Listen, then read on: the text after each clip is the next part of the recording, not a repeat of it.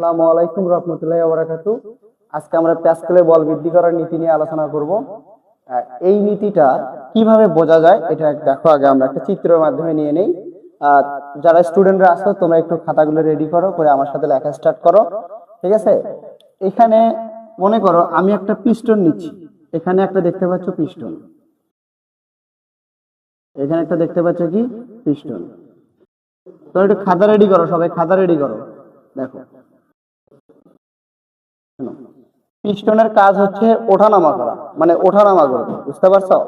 তাহলে এখানে এই পাশে যে পিস্টনটা ধরা হলো এটা হচ্ছে এটা F1 পিস্টন।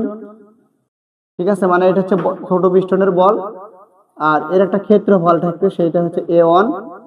এই পাশে যে পিস্টনটা দেখতে পাচ্ছ এটা হলো আমাদের উপরের দিকে ক্রিয়া করবে, এটা হচ্ছে F2 পিস্টন, এবং এটার ক্ষেত্রফল হচ্ছে A2। আর এটার ভিতরে থাকে পানি, এটার ভিতরে কি থাকবে? পানি থাকবে। এখন প্যাসকেলের বল বৃদ্ধি করার নীতিটা কি, এটা কি জানো? এটা হচ্ছে এই পাশেরটা আমাদের কি পিস্টন ছিল বলো তো? এই পাশেরটা আমাদের কি পিস্টন? এই পাশেরটা হচ্ছে আমাদের ছোট পিস্টন। এই পাশেরটা কি? ছোট পিস্টন। আর এই পাশে যেটা, এটা হলো আমাদের বড় পিস্টন। এখন দেখো, তুমি যদি ছোট পিস্টনে বল প্রয়োগ করো, সেই বল যদি বড় পিস্টনে গিয়ে বহুগুণ পাওয়া যায়, সেটাই হবে আমাদের প্যাসকেলের বল বৃদ্ধিকরণ নীতি। আমার কথা কি বুঝতে পারছো? যে ছোট পিস্টনে বল প্রয়োগ করলে সেই বল যদি বড় পিস্টনে গিয়ে কি পাওয়া যায়? বহুগুণ পাওয়া যায়, তাহলে সেইটা হবে হচ্ছে আমাদের প্যাসকেলের বল বৃদ্ধিকরণ নীতি। একটু লেখো তোমরা, আমি লিখতেছি। তাহলে নীতিটা কি? যে ছোট পিস্টনে বল প্রয়োগ করলে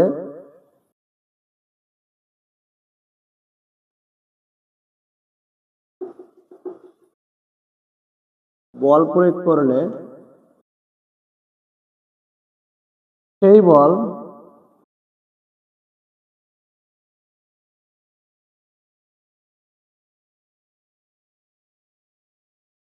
বড় পিস্টনে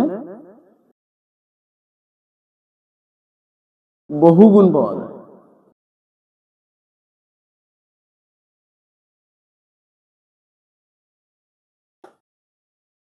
যায়। তাকে প্যাসকেলের বল বৃদ্ধিকরণ নীতি বলে।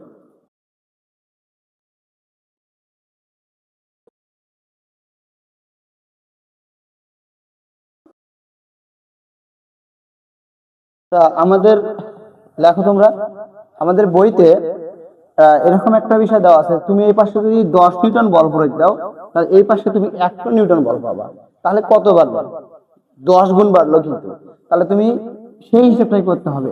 এটাই হলো আমাদের প্যাসকেলের কি বল বৃদ্ধিকরণ নীতি। এখন এই প্যাসকেলের বল বৃদ্ধিকরণ নীতি থেকে আমাদের প্যাসকেলের একটা সূত্র তৈরি হয়েছিল। ঠিক আছে, সেই সূত্রটা আমি তোমাদেরকে দেখাবো। তোমরা এইটুকু আগে একটু লিখে ফেলো। ঠিক আছে,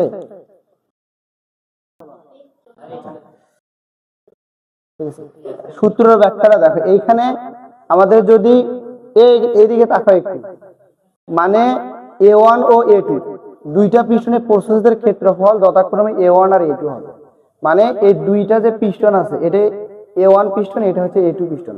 দুইটা পিস্টনের প্রস্থের ক্ষেত্রফল হচ্ছে A1 এবং হচ্ছে A2। একটু আমার সাথে সাথে তোমরা লেখো, দুটি পিস্টনের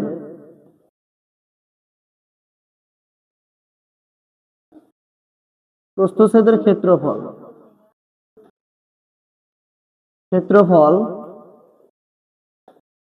A1 ও A2 এর উপর প্রযুক্ত বল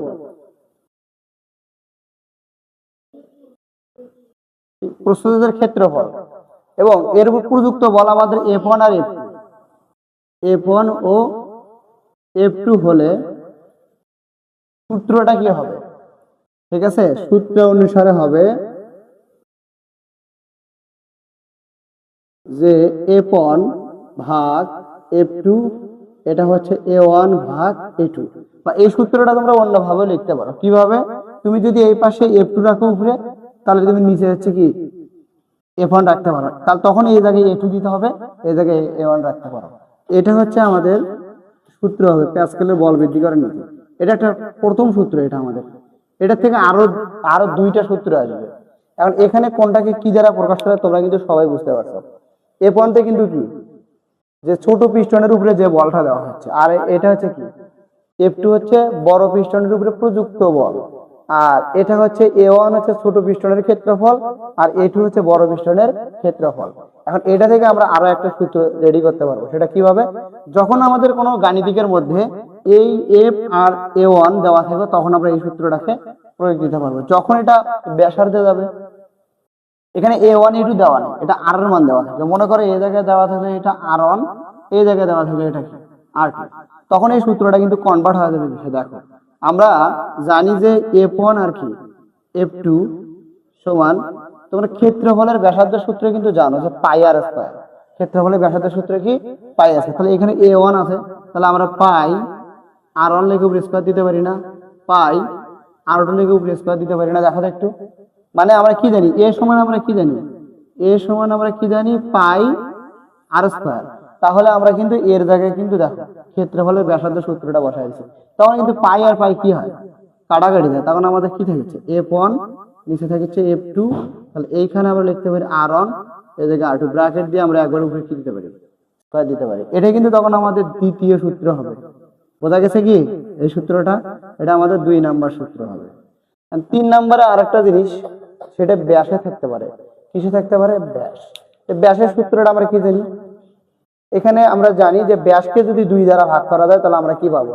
ব্যাসার্ধ পাবো। তাহলে কিন্তু আমরা 3 নাম্বার সূত্রটা আমরা এখান থেকে বের করে নিতে পারি। 3 নম্বরে যে সূত্রটা হবে, তাহলে F1 ভাগ যদি F2 হয়, তাহলে আমরা লিখতে পারি এখানে পাই উপরে কি D2 লিখে তারপরে কি হবে স্কয়ার হবে না, এরকম না? তাহলে A সমান আমরা লিখতে পারি, তাহলে পাই উপরে কি D2 লিখে তারপরে কি হবে স্কয়ার হবে। এটা হচ্ছে D1, এটা কি হবে D2।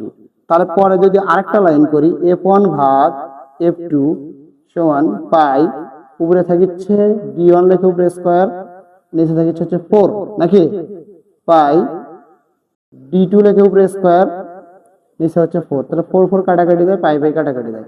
তাহলে আমাদের এখানে কি থাকবে? F1 ভাগ F2 সমান পাচ্ছি আমরা D1 লিখে উপরে স্কয়ার, আর হচ্ছে আমরা D2 লিখে উপরে কি পাচ্ছি স্কয়ার। এই সূত্রটা কিন্তু এভাবে লেখা যায়, ঠিক আছে? তাহলে এইটা হচ্ছে আমাদের কত নাম্বার সূত্র হবে? এটা আমাদের 3 নাম্বার সূত্র হবে। এখন এইখানে তোমাদের কিন্তু বিষয়টা বোঝা লাগে যে কোনটা কি। আমাদের F1 কি? F1 হচ্ছে ছোট পিস্টনের, পিস্টনের বল, এক কথায়। তাহলে বলের এককটা আমরা কি জানি? নিউটন। তাহলে F2 কি হবে? F2 হচ্ছে কি বড় পিস্টন,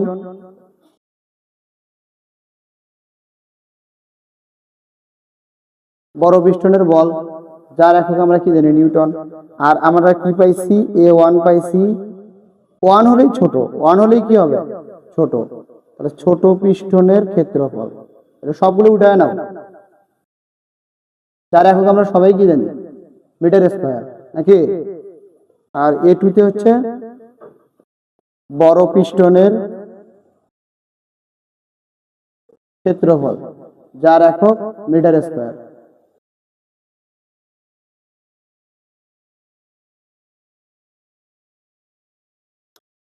আর আর তে কি জানি আমরা? ব্যাসার্ধ নাকি।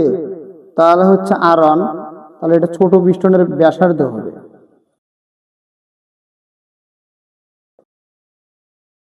আর ব্যাসার্ধের একক সবাই আমরা কি জানি? মিটার। আর এইটা হবে বড় পিস্টনের ব্যাসার্ধ।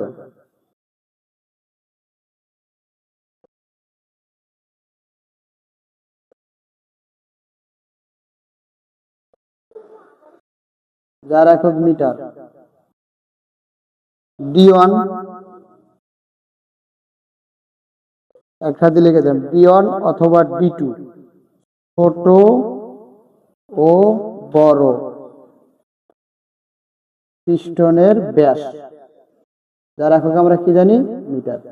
একটু দয়া করে এইটা ভালো করে জানতে হবে। তাহলে সূত্র আমাদের কিন্তু কয়টা আছে? এখানে 3টা আছে।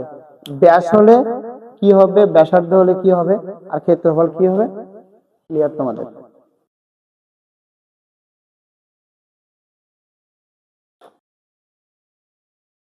এক নম্বর অঙ্কতে তোমরা মানগুলো বের করে নিছো না, এখানে লিখে মানগুলো বের করে নাও। দেখো এখানে আমাদের F1 বল দেওয়া আছে প্রথমে, এটা কিন্তু F1, তাহলে F1 কত দেওয়া আছে, 105 নিউটন। আর A1 এর মানটা দেওয়া আছে 4 মিটার স্কয়ার। আর তোমার A2 দেওয়া আছে 8 মিটার স্কয়ার। আর তোমার বার করতে বলছে তোমাকে কি, C2 পিস্টন, মানে এইটা C2 পিস্টনের উপরে বল কত, তাহলে F2 বের করতে বলছে। তা আমাদের কোন সূত্রের মধ্যে চারটা সাজেস্ট করতেছে তোমরা সবাই জানো, সেটা সেটা হইলো যে আমরা জানি যদি আমি F2 উপরে ধরি, নিচে ধরতে হবে F1, আর এটা তাহলে A2 ধরতে হবে, এটা ধরতে হবে A1, তোমাদের ইচ্ছা, ঠিক আছে, যেটা দিয়েই করো তোমরা। আমাকে এটা বের করতে বলছে, তো আমরা এটা কি গুণ করব, আর গুণ করব। তাহলে F2 গুণন কি হবে, A1, আর F1 গুণন কি হবে, A2। যেহেতু আমাকে F2 বের করতে বলছে, তাহলে এটা গুণ আছে, এই পাশে যাতে ভাগ হয়ে যাবে, ঠিক আছে। এখন তোমরা মানগুলো বসায় দাও। F1 এর মান কত দেওয়া আছে, 105, আর A2 এর মান দেওয়া আছে 8, আর A1 এর মান দেওয়া আছে 4। কত দ্বারা ছিল রে ভাইটা, 210 নিউটন। এটা হবে আমাদের आंसर। আর দ্বিতীয় নম্বর অঙ্কটাতে কি বলছে, তোমরা এক নম্বরটা কমপ্লিট করছো সবাই, দুই নম্বর অঙ্কতে দেখো, একটু ভালো করে পড়ো। দেখো একটি হাইড্রোলিক প্রেসের, ঠিক আছে, বড় ও ছোট পিস্টনের ব্যাস, এখানে বলছে যে ছোট ও বড় পিস্টনের ব্যাসের অনুপাত, এটা কিন্তু ব্যাসে বলছে, তাহলে কিন্তু এটা আমাদের হচ্ছে ডি সূত্র হবে, তাই না? আমি কিন্তু তোমাদেরকে বলছি যে যেখানে যে মানগুলো দেওয়া থাকে বের করে নেওয়ার পরে আমরা সূত্রটাকে প্রয়োগ করব। এটা দিলে মিশিয়ে দিলাম, এটা তোমরা এটা একটু দেখি করে দেখি কত আসে। এটা এটা তোমরা দুই ভাবে করতে পারো। আমাদের হচ্ছে ডি অন আলাদা আলাদা করে যদি আমরা নিই তাও হবে, যদি আমরা অনুপাত আকারে রাখি তাও হবে। যদি আমরা অনুপাত আকারে রাখি তাহলে কিন্তু এটা বড়, এটা কি ছোট। তাহলে একটা জিনিস মনে রাখতে হবে, ছোটটা সবসময় কিন্তু ছোটটারই ব্যাস হয়, ছোট পিস্টনের ব্যাস হয়। তাহলে এটা আমরা এভাবে আলাদা করে লিখতে পারি, বা আমরা D2 কি D1 দিয়েও সমান চিহ্নকে লিখতে পারি, এভাবে লেখা হবে। যদি আমরা এইভাবে লিখি তাহলে 5:2 হবে, আর এইভাবে যদি লিখি তাহলে 2 হবে, এখানে মিটারে থাকবে, আর এটা কত হবে, 5 হবে। বুঝতে পারছো? যদি ভেঙে ভেঙে লিখি আমরা, যেহেতু অনুপাত বলছে, অনুপাত আকারে এভাবে লেখাটাই বেস্ট হবে, তাই না? এখন আমাদের হচ্ছে বলছে যে পিস্টনে 250 নিউটন বল প্রয়োগ করা হবে, কিন্তু কোন পিস্টনে সেটা কিন্তু উল্লেখ করেনি। সেটা আমাদেরকে ধরতে হবে কি দেখে, প্রশ্ন দেখে। যেহেতু বলছে ছোট পিস্টনের বল বের করতে, তাহলে অবশ্যই এই বলটা প্রয়োগ করা হয়েছে বড় পিস্টনের উপরে, তাই না? তাহলে আমাদের এটা F2 সমান কি হবে, F2 সমান আমরা কত লিখতে পারি, 250 নিউটন। তাহলে আমাদের F1 সমান হট হবে। তোমরা কি বুঝতে পারছো এটা কি বলছে? প্রশ্নতে বলছে ছোট পিস্টনের বল বের করো, তাহলে বলটা যে প্রয়োগ করছে কোন পিস্টনের উপরে, বড় পিস্টনের উপরে না, সেটা কিন্তু উল্লেখ করে দেয়নি। তোমরা এভাবে লিখতে পারো, এভাবে লিখতে পারো। এখন ব্যাসের সূত্রে ফেলে দাও, আমরা কি জানি, এটাকে একটু এমনি অপশনাল রাখলাম। আমরা জানি যে এটা যদি F2 হয় তাহলে এটা কি হবে, F1 সমান, আমরা সূত্রে কি জানি, এটা হচ্ছে D2, এটা হচ্ছে D1, লিখে এর উপরে কি লিখতে পারি, স্কয়ার দিতে পারি। আমরা এখন মানগুলোকে আলাদাভাবে নিতে পারি। তাহলে আমরা মান পরে আমাদের মান বার করতে বলছে F1, তাহলে F1 গুণন কি হবে, D2 লিখে উপরে স্কয়ার, আর তাহলে F2 গুণন কি হবে, D1 লিখে উপরে কি হবে, স্কয়ার। তাহলে আমাকে বের করতে বলছে F1, তাহলে F2 গুণন D1 লিখে উপরে স্কয়ার, নিচে হচ্ছে আমরা D2 লিখে উপরে কি দিতে পারি, স্কয়ার দিতে পারি। তাহলে F1 সমান, F2 মান কত দেওয়া আছে, 250, D1 এর মানটা আমাদের কত দেওয়া আছে, D1 টা হচ্ছে আমাদের 2 লিখে উপরে স্কয়ার দিতে পারি, এভাবে করা যাবে। D2 হচ্ছে আমরা কত জানি, 5 লিখে তার উপরে স্কয়ার। ক্যালকুলেশন করে এটা কত দাঁড়াইছে রে, কত দাঁড়াইছে এটা, 40 নিউটন। আর এখানে একটা বিষয় দাঁড়ালো কি, তোমরা সবসময় একটা কথা মনে রাখবা, ছোট পিস্টনের বল থেকে বড় পিস্টনের বলটা অনেক বেশি আসবে, আর বড় পিস্টনের বল থেকে ছোট পিস্টনের বলটা অনেক কম আসবে। কারণ এটা ছোট পিস্টনের বল কখনো বড় পিস্টনের বল থেকে বেশি হবে না, বুঝতে পারছো? কারণ এই জন্য তো প্যাসকেলের বল বৃদ্ধি করে নীতিতেই বলা হয়েছিল যে ছোট পিস্টনে যদি তুমি বল দাও সেই বলটা বড় পিস্টনে দেওয়াতে বহুগুণ ধারণ করবে। এটাই ছিল প্যাসকেলের বল বৃদ্ধি করে নীতি। সবাই কি বুঝতে পারছে? এটা ক্লিয়ার? 3 নম্বর অঙ্কটার দিকে একটু তাকাও। 3 নম্বর অঙ্ক, এটা কমপ্লিট করতে হবে। 3 নম্বরটা 3200 মতো দেখো, তাই না? আমরা একটু করে দেখি। এটা মিশে দিলাম।